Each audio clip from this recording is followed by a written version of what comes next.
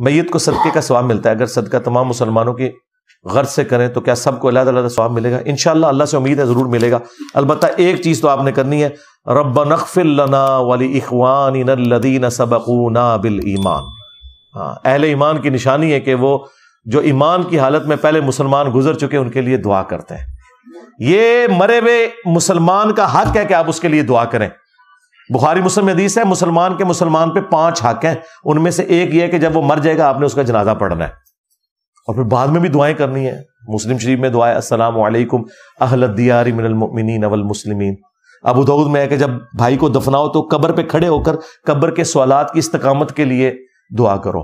لہذا یہ جو انہوں نے محاورہ مشہور کر دیا نا کہ مر گیا مردود نہ فاتحہ نہ درود، بھئی یہ تو کسی کا عقیدہ نہیں ہے.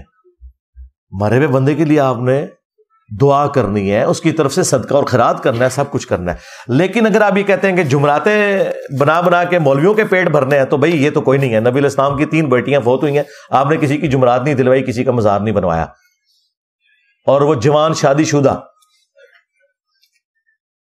تو نبی علیہ السلام کے طریقے پہ چلنا ہے نا، انڈیا پاکستان کے بابوں کے طریقے پہ تو نہیں چلنا. یہ تو روٹی روزی کے چلانے کا ان کا سلسلہ تھا.